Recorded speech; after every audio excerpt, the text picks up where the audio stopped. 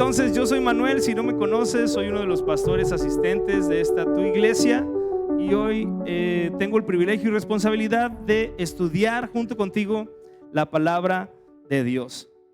Y mientras estaba preparando el estudio bíblico de esta noche, estuve pensando mucho sobre el ejercicio. Todo mundo hemos querido en algún momento de nuestra vida hacer ejercicio, a lo mejor un poco más, a lo mejor un poco menos. Sabemos que es bueno para nuestra salud, pero no es fácil. Yo antes solía, no burlarme, pero decir como que los que van al gimnasio ahí están como que caminan, como que andan rosados y como así, ¿no? Y después cuando intenté hacer un poco de ejercicio, de verdad que es bien difícil y ahora admiro y respeto mucho a los que van al gimnasio porque es mucho trabajo. O sea, se ve bien fácil desde lejos y desde afuera criticarlos, pero es difícil llegar a tener un cuerpazo y más difícil mantenerlo. Entonces, como estuve yo pensando en todo esto, me acordé que eso fue precisamente lo que nos pasó a tus pastores. Llegamos a tener un cuerpazo, pero no supimos cómo mantenerlo. ¿Por qué se ríen? Traje evidencia para que no digan que no nos creen. Esas son fotos reales, 100% verídicas, de los pastores antes de venir acá a Mazatlán. Es que como que el problema es Mazatlán porque llegamos aquí y engordamos. Ese era yo antes de venir a Mazatlán. Hasta allá me los quité porque no son buenos. Algunos tratan de hacer trampa, pero no les funciona. No es posible hacer trampa para mantenerse saludables. Estos dijeron, yo quiero tener cuadritos a como dé lugar. Eso sí es real, ¿eh? No es cierto. Entonces, ¿por qué estamos? Ya, quita eso. ¿Por qué estamos hablando del ejercicio y de ser fit o fitness o tener un cuerpo saludable? Porque tiene mucho que ver el ejercicio físico con el ejercicio y la salud espiritual. Nuestra vida espiritual también es algo que puede y debe ejercitarse para que esté saludable. Entonces hoy vamos a estar hablando sobre la fe y cómo la confianza en Dios es como un músculo que tú puedes ejercitar. Entonces el título del estudio de hoy va a aparecer ahí en tu pantalla y es Ejercita tu fe. Ejercita tu fe. Porque una vez más creo que el ejercicio y la confianza en Dios es algo que se puede ejercitar como si fuera un músculo. Y vamos a estar estudiando y leyendo Proverbios 3. Recuerda que estamos yendo por capítulos en Proverbios 3, pero no estamos viendo todos los versículos del capítulo porque sería muy largo. Entonces, cada que alguien pasa aquí a enseñar, estamos escogiendo 10 versículos del capítulo que toca. En este caso, yo escogí los versículos del 1 al 10, para no batallar, no se crean, porque así está interesante. Entonces, vamos a estar estudiando Proverbios 3, del 1 al 10. Una vez más, el título Ejercita tu fe, y todo esto es parte de la serie que hemos llamado Palabras de Sabiduría para nuestro diario vivir. ¿Por qué? Porque creemos que en el libro de Proverbios hay palabra de Dios que es sabia, pero que nos ayuda a nosotros en nuestra vida diaria, a pesar de que esto se escribió hace ya algunos miles de años. Sigue siendo importante para nosotros. Hoy nos vamos a encontrar también con 3 ejercicios para aumentar tu confianza en Dios. Y no tengas miedo, estos no son ejercicios físicos, son ejercicios espirituales, de carácter, emocionales. 3 ejercicios para aumentar tu confianza en Dios. Entonces, si tienes tu Biblia o tu tablet o tu teléfono, lo que sea que tengas, acompáñame a abrirla en Proverbios 3 y vamos a comenzar leyendo los versículos del 1 al 4. Proverbios 3, del 1 al 4. ¿Listos? Proverbios 3, del 1 al 4. Dice, hijo mío, nunca olvides las cosas que te he enseñado.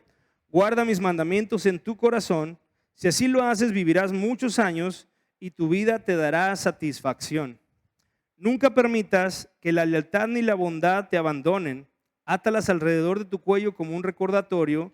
escríbelas en lo profundo de tu corazón, entonces tendrás tanto el favor de Dios como el de la gente y lograrás una buena reputación. Bien, es bueno recordar que el libro de Proverbios fue escrito por el rey Salomón, que era hijo del rey David. Este rey es reconocido porque una vez Dios se le apareció cuando estaba siendo nombrado rey esa noche o en alguna de esas noches y le preguntó, le dijo, pídeme lo que quieras, ¿verdad? Ahora que vas a ser el rey de Israel, ¿qué quieres?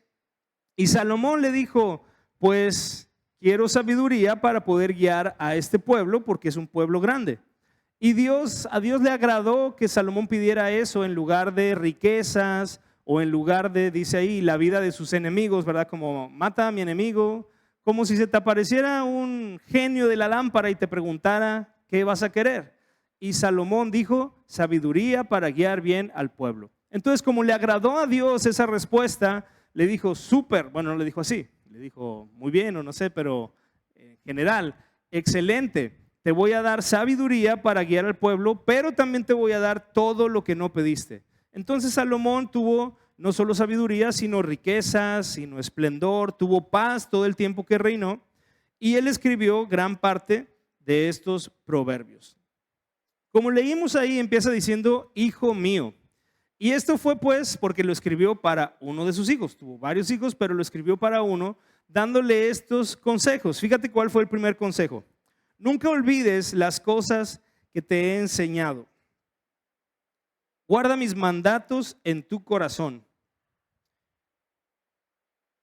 Salomón en su infinita, no infinita, pero en su gran sabiduría, sabía que la naturaleza humana es olvidadiza, sobre todo para las cosas que son difíciles. Se nos olvidan las cosas que son importantes.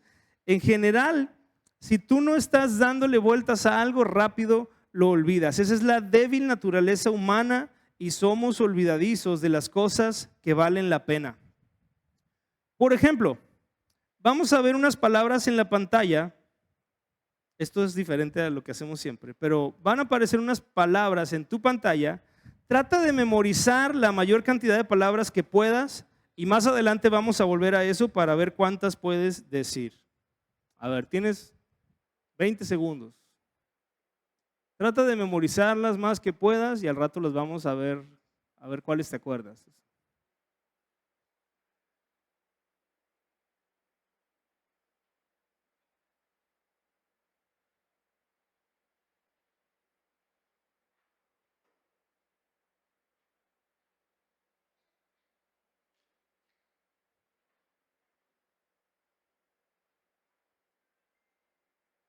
¿Listos?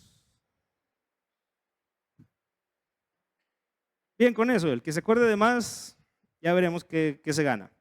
Entonces, volviendo al verso, dice, hijo mío, nunca olvides las cosas que te he enseñado. Guarda mis mandatos en tu corazón. Y luego el versículo 3 dice, nunca permitas que la lealtad y la bondad te abandonen. Y luego estas me gustan, átalas alrededor de tu cuello como un recordatorio.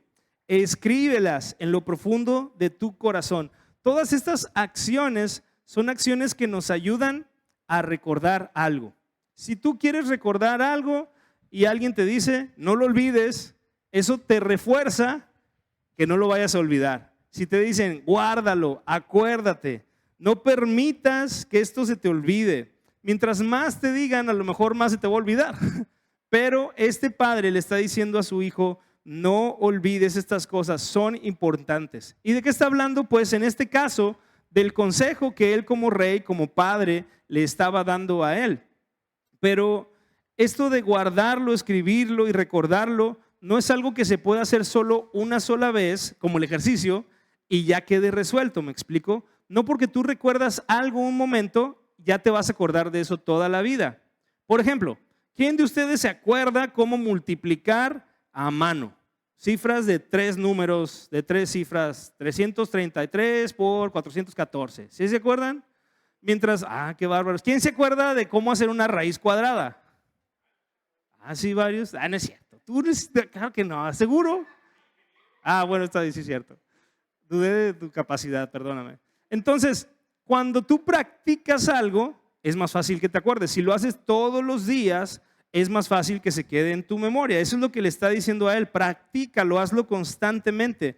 Todas estas acciones que le dice que haga son cosas que tienes que esforzarte para guardar algo, para recordar algo, para atarte algo al cuello. O sea, es bonito a lo mejor un tiempo traer algo colgado, pero si lo traes amarrado a tu cuello todo el tiempo, se vuelve una molestia, se vuelve una cosa que te raspa, te sientes ahí y dices, me acuerdo de esto. Eso es lo que estaba tratando de decir este padre a su hijo. Si es necesario, amárratelo ahí, ¿verdad? No hay que robar, no voy a comer pan dulce, ¿no? O lo que sea que tú quieras hacer.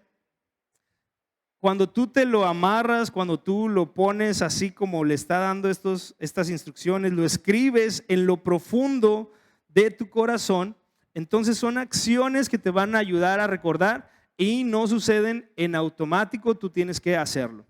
En Deuteronomio 6, versículos 6 al 9, dice precisamente eso. Dios le está hablando al pueblo. Y estas palabras que yo te mando hoy estarán sobre tu corazón, las repetirás a tus hijos y hablarás de ellas estando en tu casa y andando por el camino y al acostarte y cuando te levantes, y las atarás como una señal en tu mano y estarán como frontales entre tus ojos, y las escribirás en los postes de tu casa y en tus puertas. Obviamente, ahora ya no lo hacemos literal, ¿verdad? En el Antiguo Testamento había sacerdotes que tenían una placa en su frente amarrada que decía santidad a Jehová. Y era una forma de recordar que ellos eran santos, que ellos estaban consagrados. Ahí dice, escríbela en los postes de tu casa, en la parte de arriba de tu puerta, ¿no? En la cocina, en el baño, sería aquí en épocas modernas. ¿Por qué? Porque es importante.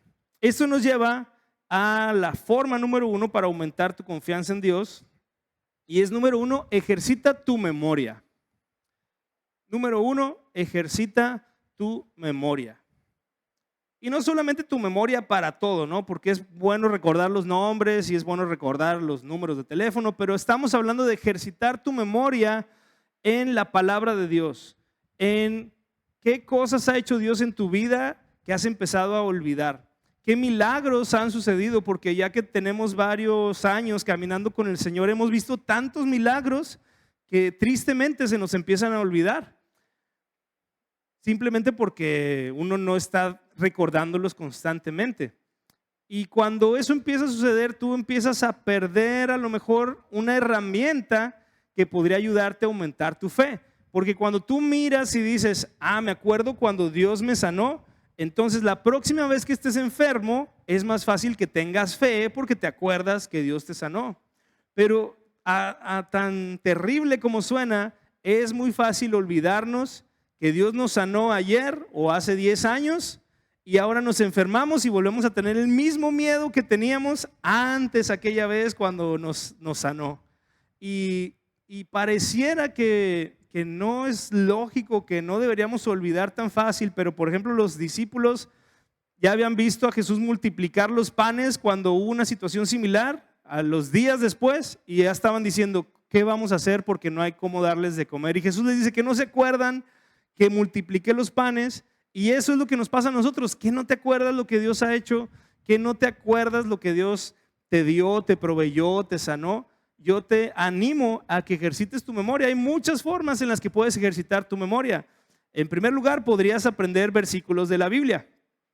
Escuché un testimonio de unas mujeres que eran iraníes, vivían en Estados Unidos y se regresaron a Irán para repartir Biblias de contrabando. En Irán es ilegal repartir Biblias. Entonces ellas salían de noche a escondidas y dejaban las Biblias en los buzones o en las casas, y un día las atraparon los policías y las metieron a la cárcel.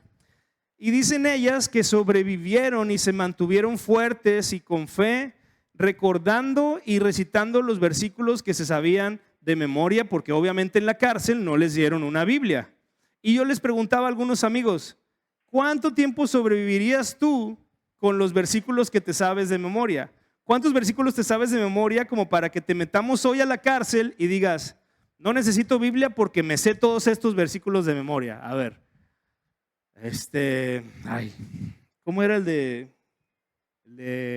Señor es mi pastor, ¿verdad? Nada me faltará. Chin. Todo lo puedo en Cristo que me fortalece. Chin. 2. Porque de tal manera amó Dios al mundo que dio a su hijo. Sí, 3, más o menos. Y Jesús lloró. 4. ¿verdad? En el principio creó Dios los cielos y la tierra. 5. Sí, ajá, excelente. Mientras más lo repasas, mientras más lo practicas, más te acuerdas.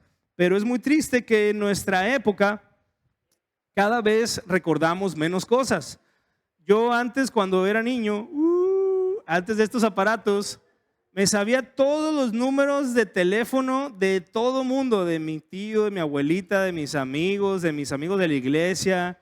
Es más, el número de Mari, ya no está aquí Maribel, de su casa, 33 16 14, ¿ah?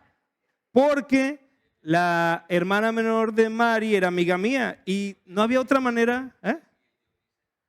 No, ese no me acuerdo, no, ese no me acuerdo. Es que en ese ya empezaron a ver celulares y Messenger. ¡Ay! El de Microsoft, el que te enviaban un zumbido, no, ya estamos bien viejos. El punto es que cada vez practicamos menos y nuestra memoria, tristemente, no lo digo yo, lo dicen las noticias y el mundo, está más atrofiada. Mis hijos y yo y ustedes probablemente ya no sabemos números de memoria porque están en el celular. He visto casos de personas que los agarra la migra y les dicen, no, es que tengo un tío aquí, háblele. Pues présteme mi celu. No puede usar su celular. Y luego, ¿cómo le voy a hablar si no tengo mi celular? No, pues... Y ahí se quedan atorados porque no te prestan tu celular y tienes que hablarle a alguien. Entonces, ¿a quién le vas a hablar? Who you gonna call? ¿A los cazafantasmas o a quién? Si no sabes ni los números de teléfono de tu familia, menos versículos de la Biblia y ya no se diga lo que Dios ha hecho en nuestras vidas. Entonces, te animo, es más, te animaría a que escribas en un cuaderno los milagros que Dios ha hecho en tu vida, los más que te acuerdes de aquí para atrás, porque seguramente ya se te olvidaron varios, pero que de ahora en adelante algo que suceda, algo que Dios proveyó, algo que Dios te sanó, así sea un dolor de cabeza que tú dices, es que estoy seguro que fue Dios, anótalo, porque si no, tarde o temprano se te va a olvidar y tu fe comienza a debilitarse. Es como el ejercicio. Si tú hacías mucho ejercicio cuando eras joven, pero dejaste de hacer, no te quedas como estabas. Tu cuerpo, tu ejercicio decae y entonces ya no eres el mismo que eras hace 20 años. Lo mismo con la fe. Qué padre que Dios te haya sanado hace 20 años, pero si tú no recuerdas constantemente todo lo que ha hecho Dios, pronto tu fe, tu vida espiritual va a ir en decadencia. Entonces, si tienes mala memoria, no te preocupes, todos tenemos mala memoria. Por eso le dice Salomón a este chavo, átalas, escríbelas. Por cierto, vamos ahora no, ya no vamos a ver nada. Más bien, ¿de cuántas palabras te acuerdas de las que aparecieron hace rato en tu pantalla? Creo que eran 16. A ver.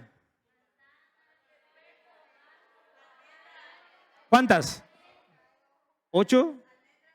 ¿A quién se acuerda de las 16? ¿15? ¿14? ¿8? ¿7? Ok, ¿qué hubiera pasado si las hubieras escrito? ¿Te acordarías de todas? Las lees. Si las escribes, no tienes que recordarlas, están escritas. Si las escribes y la próxima semana yo te pregunto, ¿te acuerdas cuáles palabras aparecieron? Dices, no me acuerdo, pero aquí las tengo. Son 16 y aquí están todas. ¿Te fijas lo que pasa cuando escribes algo? ¿Qué hubiera pasado si los que estaban en estas épocas de la Biblia no hubieran escrito lo que estaba pasando? Estaríamos nosotros sin toda esa evidencia.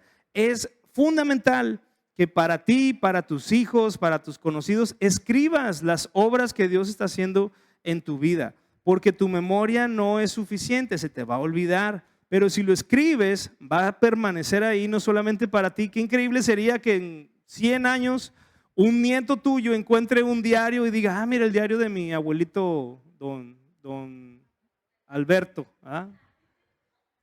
Y mira todo lo que Dios hizo, qué padre. O sea, eso estaría increíble. No solamente Dios inspiró, y eso es verdad, solamente Dios inspiró a la gente que escribió la Biblia, pero Dios puede inspirarte a ti, no para escribir una Biblia nueva, pero para ser de bendición a tus generaciones, a gente que a lo mejor ni vas a conocer, a tus tataranietos, a tus tataranietos, sería increíble. Así que te animo a que ejercites tu memoria, pero también ejercites tu escritura de las cosas que Dios haga en tu vida. Ahora vamos a continuar leyendo porque hay más. Proverbios 3 del 5 al 8. Vamos a seguir con los versículos del 5 al 8. Dice: confía en el Señor con todo tu corazón. No dependas de tu propio entendimiento.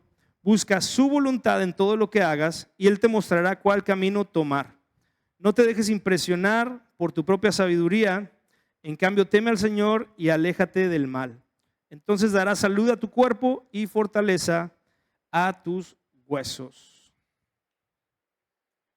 Esa palabra confía es una palabra hebrea que se dice batash o batash, no sé cómo se pronuncia. Batash. Pero este confía es andar confiado, estar seguro de algo y sin ninguna preocupación. Usualmente nosotros pensamos que estamos confiando y tenemos fe, pero estamos preocupados.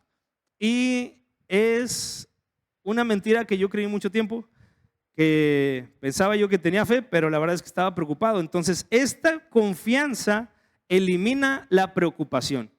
Entonces le dice Salomón a este hijo: confía, batash. O sea, está tan confiado en Dios que no te preocupe lo que va a pasar. Y hazlo de todo corazón. Lo contrario a eso es depender de su propio entendimiento. Por eso le dice: no dependas de tu propio entendimiento, busca su voluntad en todo lo que hagas y Él te mostrará cuál camino tomar. Y luego me gusta esta frase: no te dejes impresionar por tu propia sabiduría. En cambio, teme al Señor y aléjate del mal. Salomón una vez más está en la sabiduría que Dios le había dado, entendiendo cuál es el corazón de la naturaleza humana, especialmente cuando somos jóvenes. Creo que mientras más joven es una persona, más sucede esto, que crees que sabes hacer todo. Si tú vas con un niño de 4 años que se está queriendo abrochar las agujetas, te va a decir: no, déjame, yo sé, yo puedo, yo lo voy a hacer, ¿verdad? Y no puedes, la verdad. Y luego, conforme llega la adolescencia, es muy común escuchar que dicen: déjame, yo sé, yo puedo, ¿tú qué sabes de la vida, mamá? Y es como, oh. ¿En serio? O sea, tu mamá bueno, iba a decir te dobla la edad, pero no quisiera decirle a nadie eso. Más bien, es más grande que tú. Los papás en general son más sabios, y creo que usualmente mientras la persona va aumentando en edad, pues se considera que sabe menos cosas, aunque tal vez pensaríamos que debería ser al revés. Mientras más viejo eres, más cosas sabes, pero la verdad es que mientras más viejo eres, te das cuenta que no sabes tanto y dejas de confiar en tu propia prudencia y de tu propia sabiduría. Entonces le dice Salomón a su hijo: no te dejes impresionar por tu sabiduría. Y esto nos lleva a la forma o ejercicio número 2 para aumentar tu confianza en Dios. Salud. Número 2, ejercita tu humildad. Ejercita tu humildad. Una vez más, la humildad es como un músculo: si no se usa, se debilita, y si se ejercita, se fortalece.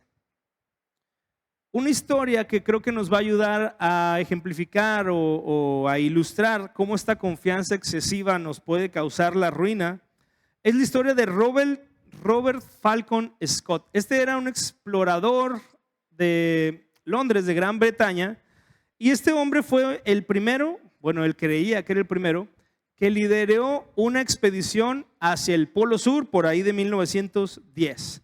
Mientras acá en México estaba la revolución, ¿o qué era? Sí, la revolución y los balazos. Este hombre estaba de camino al Polo Sur junto con esos 4 otros hombres. El problema es que este hombre era tan experimentado, tenía tanta experiencia, que organizó una excursión, una expedición muy ambiciosa. La gente le decía que las condiciones climáticas estaban muy duras, que no estaban lo suficientemente preparados, y aunque su equipo estaba compuesto por hombres bien valientes, los recursos eran inadecuados e insuficientes para los desafíos que iban a experimentar. Recuerda que en esa época, pues mira la ropa que tenían, no era ropa como con la que ahora la gente sube al Everest o a lugares así, ¿no? Entonces, definitivamente era todo una hazaña.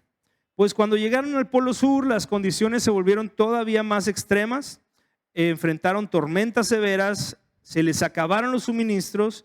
De hecho, se suponía que ellos en el regreso iba a encontrarlos otro equipo para proveerles suministros, y ese equipo no llegó. No saben si se perdieron o si no les avisaron o qué, pero como no recibieron los suministros, estos 5 hombres murieron.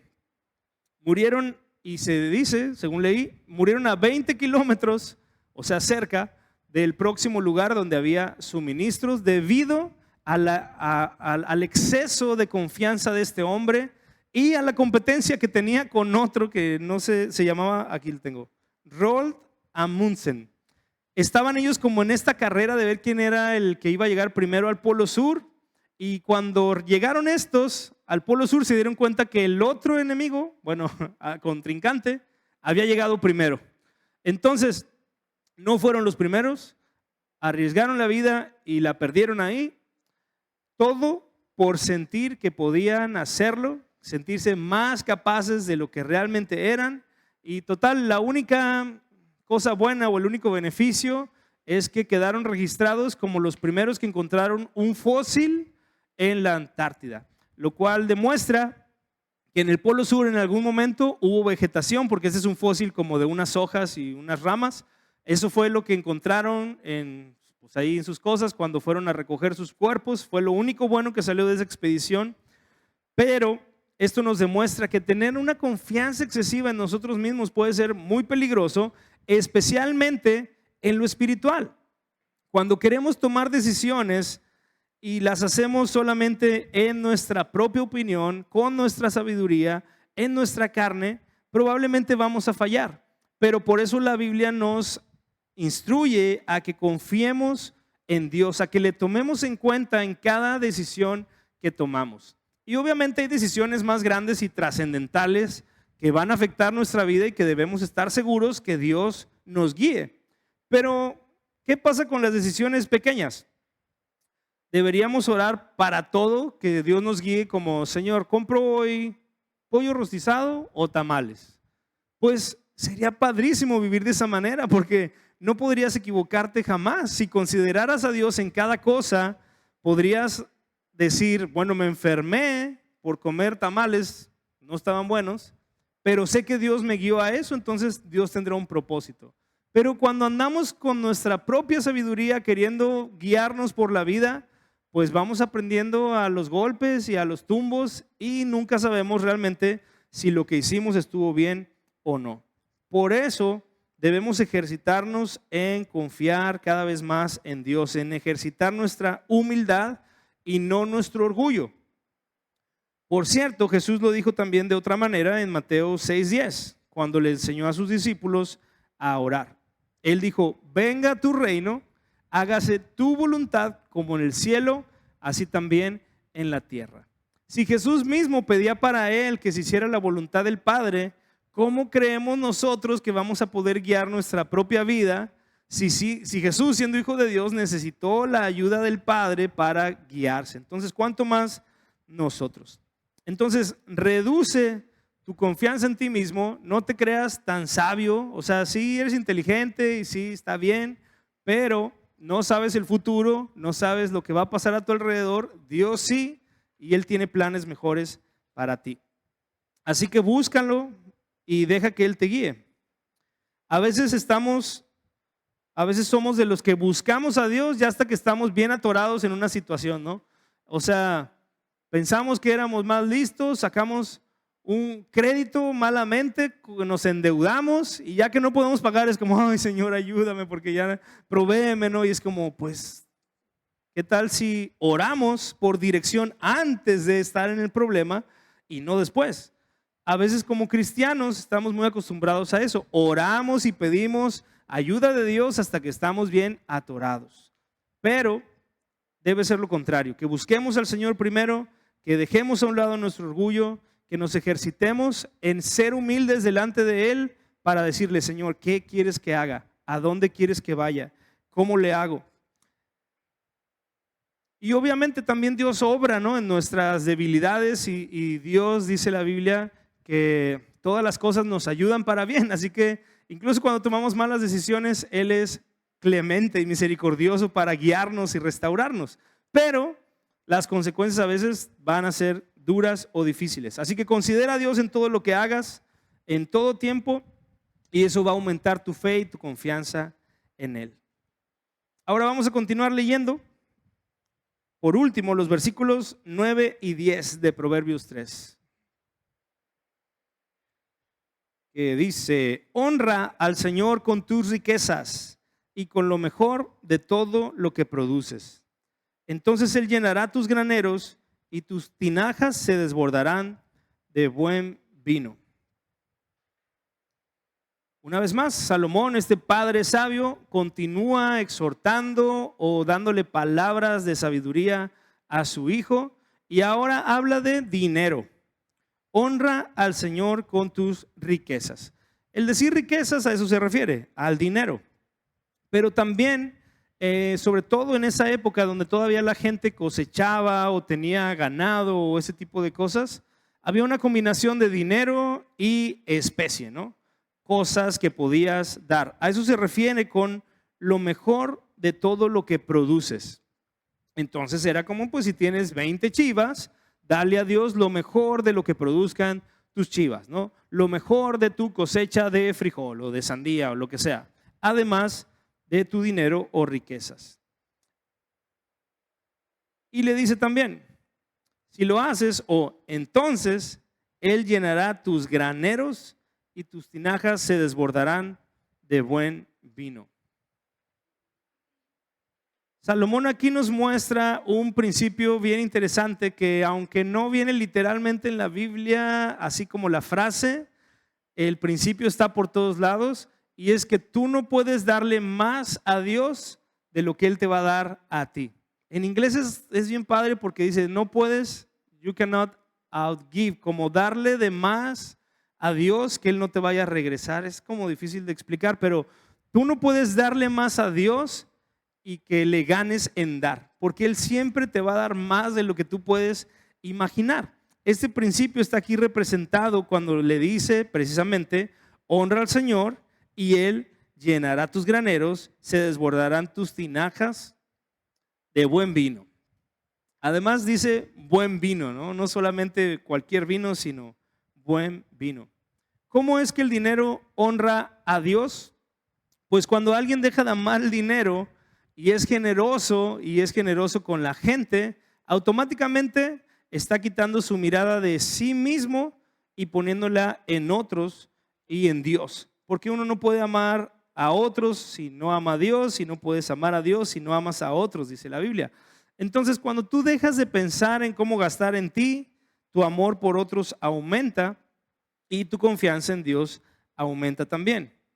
Es decir, cuando le das a Dios lo que no te sobra, es decir, cuando tú le das lo que te sobra, no te afecta porque es como, o sea, si lo tengo o no lo tengo, no pasa nada. Y eso es como el paso 1 o el paso 0 de generosidad. O sea, doy lo que me sobra, ¿verdad? Cuando yo tengo un pantalón que ya no me queda y lo regalo, es generosidad, pero es como el nivel más básico, ¿verdad? Podría haberlo vendido o tirado, pero decidí regalarlo, pero yo ya no lo usaba, yo ya no lo necesitaba, jamás me iba a quedar, entonces no perdí. Pero cuando vamos caminando y creciendo en generosidad, empezamos a dar cosas que nos duelen, cosas que necesitamos, cosas que eran para nosotros y decidimos darlas. Y en eso, cuando ya hay una necesidad o una escasez, o sea, si yo gané 1,000 pesos esta semana y digo, voy a dar esos 1,000 pesos de ofrenda y a ver cómo le hacemos toda la semana. Ahora hay una situación en la que Dios puede obrar, porque hay una necesidad, porque mi fe va a crecer al decir, Señor, pues ya lo di, Dios, y ahora pues a ver qué vas a hacer porque no sé cómo le voy a hacer yo. Y entonces ya hay oportunidad de que la fe crezca y Dios sea glorificado. Pero si yo tengo 100,000 pesos en el banco y doy 1,000, no me altero, no me preocupo y no pienso en Dios y no oro, Señor, ayúdame. Pero cuando ya no tienes nada, cuando ya no tienes ni qué comer, en esos días, en esas ocasiones, se hacen las oraciones más fervientes, más profundas, los compromisos más permanentes con Dios. O sea, uno entrega hasta la vida y dice, Señor, por favor, o sea, danos para comer mañana y te serviré toda la vida. Y Dios provee, ¿no? Pero cuando estás bien alimentado, te sobra el dinero, estás bien económicamente, ¿haces ese tipo de oraciones? Yo creo que no, porque no es natural. Ahora, esto nos lleva al ejercicio número 3 para aumentar tu confianza en Dios. Número 3, ejercita tu generosidad. Ejercita tu generosidad. La generosidad también es como un músculo. Cuando lo ejercitas, crece. Cuando no lo ejercitas, se debilita. Y lo primero que tenemos que entender para ser generosos es que no necesitas ser rico o millonario o adinerado para ser generoso. Muchos ricos no son generosos y muchos pobres, no quisiera decirlo así, pero pobres de dinero son bien generosos. Yo le digo a mi esposa a veces, como estamos bien pobres, y luego, bueno, no estamos pobres, solamente no tenemos dinero, tenemos otras cosas, pero hablando de dinero, estamos pobres. Entonces, si en ocasiones hay personas pobres de dinero que son ricas en generosidad y que lo poquito que tienen, eso están compartiéndolo, dando todo el tiempo, son generosos, y a veces los que más tienen son los menos generosos. Entonces, una vez más, si tú no te consideras bueno para dar, no te preocupes, es lo normal. A todo mundo nos cuesta ser generosos porque es algo que nos estamos quitando, algo que estamos perdiendo, no es natural.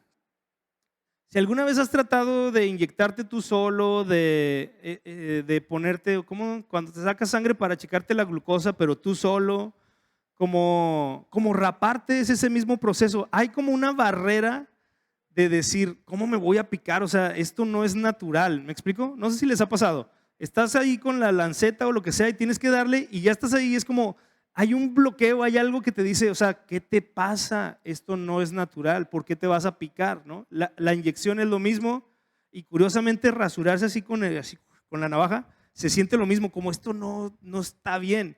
Esa sensación de dar es la misma. O sea, tú vas a dar y hay como ese, o sea, no, ¿por qué lo vas a dar? Es tuyo, te costó trabajo, te costó esfuerzo, tú fuiste y ganaste esto con el sudor de tu frente. La Biblia dice ahí y está bien, pero tenemos que aprender a ser generosos. ¿Por qué? Porque la Biblia lo dice, porque Jesús nos puso el ejemplo, porque todo lo que tenemos Dios nos lo ha dado. A veces pensamos que podemos retenerlo porque creemos que es nuestro. No es nuestro, es prestado. Dios te lo dio para que lo uses y lo compartas. Pero mientras más se vuelve uno codicioso y tacaño, no sé cuál sea la palabra elegante para eso, pero tacaño, pues te cierras a las bendiciones de Dios. Entonces, si tú no te consideras bueno en esto, no pasa nada, pero empieza a hacerlo, porque es una actitud cristiana, es bíblica, y creo que la clave es empezar poco a poco, pero consistentemente, como si fueras al gimnasio. O sea, no llegas al gimnasio, a ver, pásenme las pesas de 200 kilos, ¿no? Porque quiero ponerme fuerte rápido. No funciona así.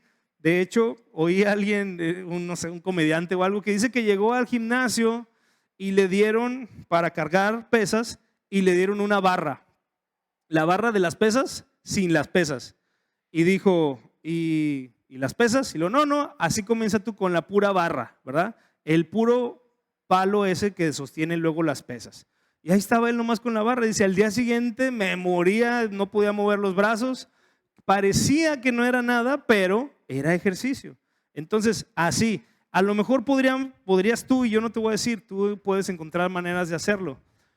Pero creo que la más básica es el diezmo. El diezmo es la barra. El diezmo es decir, ok, esto es lo mínimo que dice la Biblia que es necesario para estar bien. Entonces, doy mi diezmo no estoy siendo tan generoso, pero es paso uno. No estoy haciéndome Schwarzenegger al levantar pesas, pero ya estoy haciendo con la barra y bueno, llegará el punto en el que hacer ejercicio con esa barra sea tan fácil para mí que ahora sí digan, pues ponle 1 kilo, ¿no? De cada lado y se vuelva poco a poco. Esa es la manera en la que crecen los músculos, esa es la manera en la que crece la generosidad.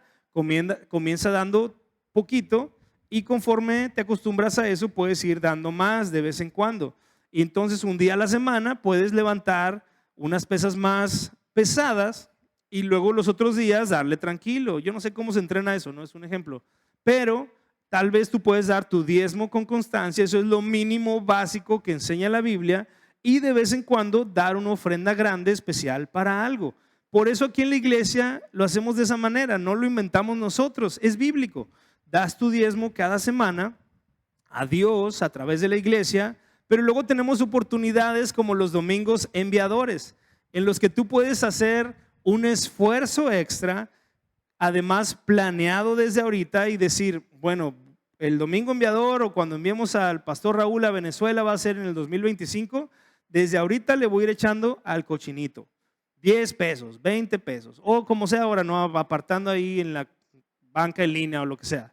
¿Por qué? Porque eso te va a ayudar a que cuando llegue el momento de dar, ya tengas una cantidad más grande para dar sin que te cueste tanto. Pero si lo quieres hacer ese día o un día antes y decir, pues quiero dar una ofrenda grande, pues te va a costar más porque no tienes nada preparado. Entonces, empieza con poco y consistentemente, y conforme vayas creciendo en generosidad, aumenta la cantidad. Esto puede ser el diezmo y luego ofrendas y ofrendas para otros. Malaquías 3:10, hubo una época en mi vida que me caía bien gordo, porque todos los domingos lo decían y era como que no lo había entendido yo, pero ahora me encanta. Malaquías 3:10 dice, traigan todos los diezmos al depósito del templo para que haya suficiente comida en mi casa. Si lo hacen, dice el Señor de los ejércitos celestiales, les abriré las ventanas de los cielos, derramaré una bendición tan grande que no tendrán suficiente espacio para guardarla. Inténtenlo, pónganme a prueba. Y no voy a predicar de esto, pero te quiero dar varias claves de ahí. Dice, tráelo al depósito del templo, o sea, a la iglesia, no tiene pierde, para que haya suficiente comida en mi casa. En nuestra época es para pagar la luz, para pagar el internet, para barrer y todo lo que haya que hacer.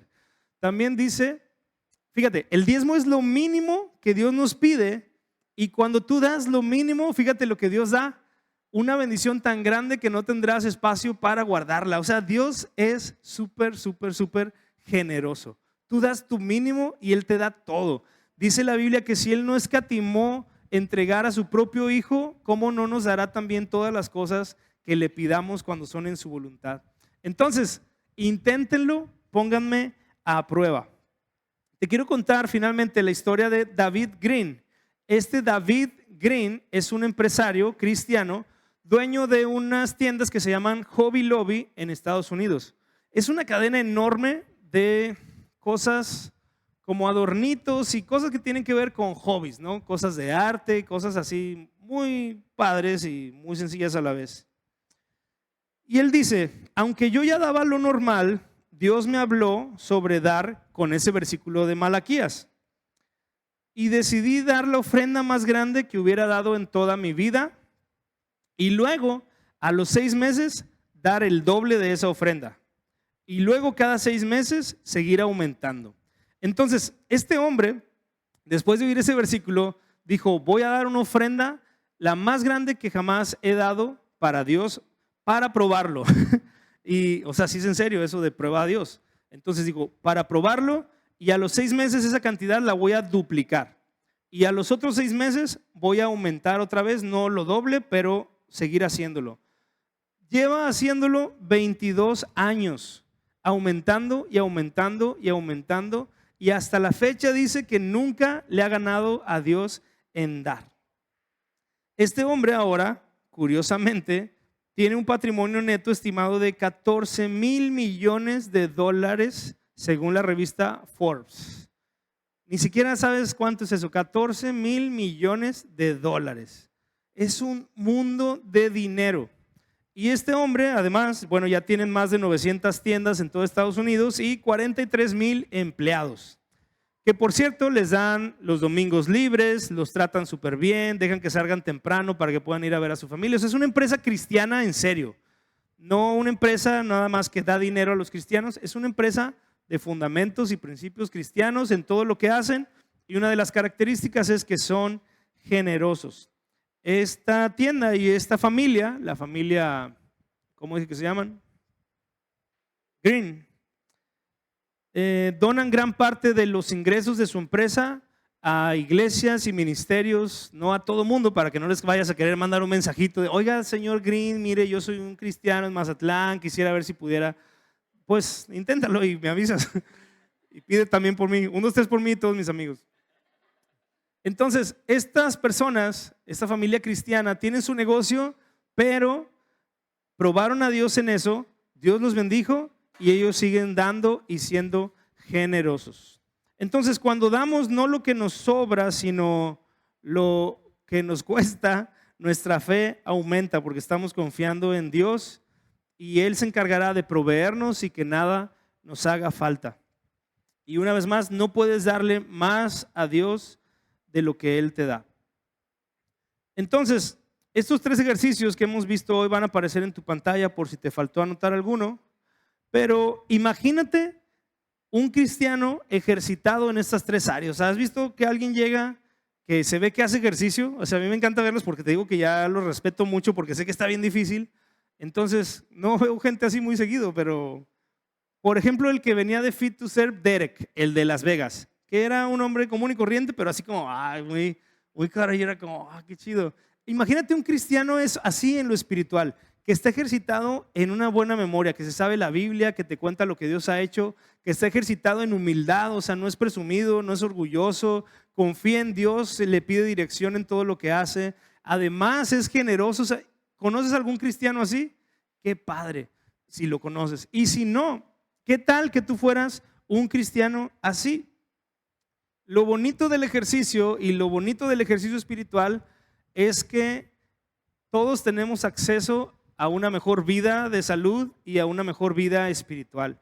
O sea, y no estoy anunciando ningún gimnasio, tal vez era una buena oportunidad para anunciar un gimnasio si alguien tiene, pero hoy puede ser el día en el que digas, necesito cambiar, necesito ejercitarme, necesito bajar kilos espirituales, ¿no? Bajarle a mi carnalidad, bajarle a mi egoísmo, bajarle a mi orgullo, bajarle a mi forma de decidir por todas las cosas sin considerar a Dios, bajarle a que no me sé ni un versículo de la Biblia de memoria, ni un teléfono siquiera, y hacer un cambio en tu vida espiritual. Sería padrísimo. Yo sé que muchos lo hemos intentado en lo físico muchas veces y no hemos a lo mejor avanzado, pero esta es una perfecta oportunidad para crecer. Está a tu alcance. No importa cuál sea tu condición hoy, eso está a tu alcance. Tú puedes llegar a ser un cristiano así y solamente tienes que quererlo y dejar que el Espíritu Santo te llene para que Él haga la obra a través de ti. Te garantizo que si tú te encomiendas a Dios, te dejas que Él te guíe precisamente, Él te va a dar la fuerza, porque esto no es algo que tienes que hacer solo. De hecho, se me hace que el ejercicio físico cuesta más que el ejercicio espiritual, porque el ejercicio físico lo haces solamente con tu fuerza, pero para el ejercicio espiritual tienes el poder del Espíritu Santo, tienes la palabra de Dios, tienes a la iglesia que está contigo y estoy seguro que juntos podemos crecer en todas estas áreas para que podamos aumentar y ejercitar nuestra fe. Entonces, estas son nuestras buenas noticias el día de hoy sobre ejercitar nuestra fe. Que nos veamos así espiritualmente, mira. Ya lo pelón ya lo tengo y la barba más o menos. Un tatuajillo y ya está. Antes de dejarles ir, quisiera hacerles una pregunta súper importante. Esa pregunta es si tú has nacido de nuevo. Tal vez sea la primera vez que escuchas esto, tal vez ya lo has escuchado cada semana. Si es así, puedes orar por otros. No solamente otros que estén aquí, sino otros que tú puedas invitar a la iglesia para que escuchen también esto. Pero si tú nunca has oído esta pregunta, quiero explicarte lo que significa, porque no es muy común. Nacer de nuevo, dice la Biblia, que sucede cuando una persona se arrepiente de sus pecados y pone su fe en Jesucristo. Es decir, que tú crees que Jesús es el Hijo de Dios que puede perdonarte cuando te arrepientes y limpiar todos tus pecados. La Biblia dice que cuando alguien hace eso, nace de nuevo. Pero ¿por qué es importante nacer de nuevo? Es muy sencillo al mismo tiempo y muy simple. En Juan 3:3 se nos narra la historia, en todo Juan 3 se narra la historia de un hombre que era líder de los fariseos, de los religiosos, de la gente que creía que conocía mucho a Dios, pero fue a platicar con Jesús y Jesús le dijo: de cierto te digo que si no naces de nuevo no puedes ver el reino de Dios. Esta es la razón por la cual nacer de nuevo es muy importante, porque los que no nazcan de nuevo no van a poder ver el reino de Dios, que es lo que conocemos como el cielo. Solamente los que han nacido de nuevo por la fe podrán ver el reino de Dios, podrán ir al cielo. Y tristemente, el único otro lugar que nos menciona la Biblia que habrá cuando nosotros salgamos de esta etapa de la vida y pasemos a la siguiente, cuando muramos, solamente va a haber o el cielo o el infierno. Y el infierno es un lugar terrible. La Biblia lo describe como un lago de fuego, como un lugar de tormento. Y Dios no diseñó ese lugar para nosotros. De hecho, dice la Biblia también que fue hecho para Satanás y sus ángeles. Pero debido a nosotros rechazar a Jesús, rechazar ese regalo, por consecuencia, por no nacer de nuevo, habrá personas que van a ir a ese lugar. Entonces tú no tienes por qué ir a ese terrible lugar. Hoy puedes entregar tu vida a Cristo, hoy puedes nacer de nuevo y tener la confianza de que verás no solamente el reino de Dios, sino a Dios mismo en ese lugar y estarás con Él para siempre. Entonces, ¿por qué no cerramos nuestros ojos para no distraernos, para no poner presión sobre nadie? Y quisiera preguntar si hay en este lugar alguna persona que quiera nacer de nuevo, que nunca lo has hecho antes. Si ya lo has hecho en otro lugar, en otra iglesia, está bien, pero que nunca antes lo has hecho, pero hoy quieres entregar tu vida a Jesús. ¿Habrá alguien en este lugar? Levanta tu mano para que podamos guiarte en una oración.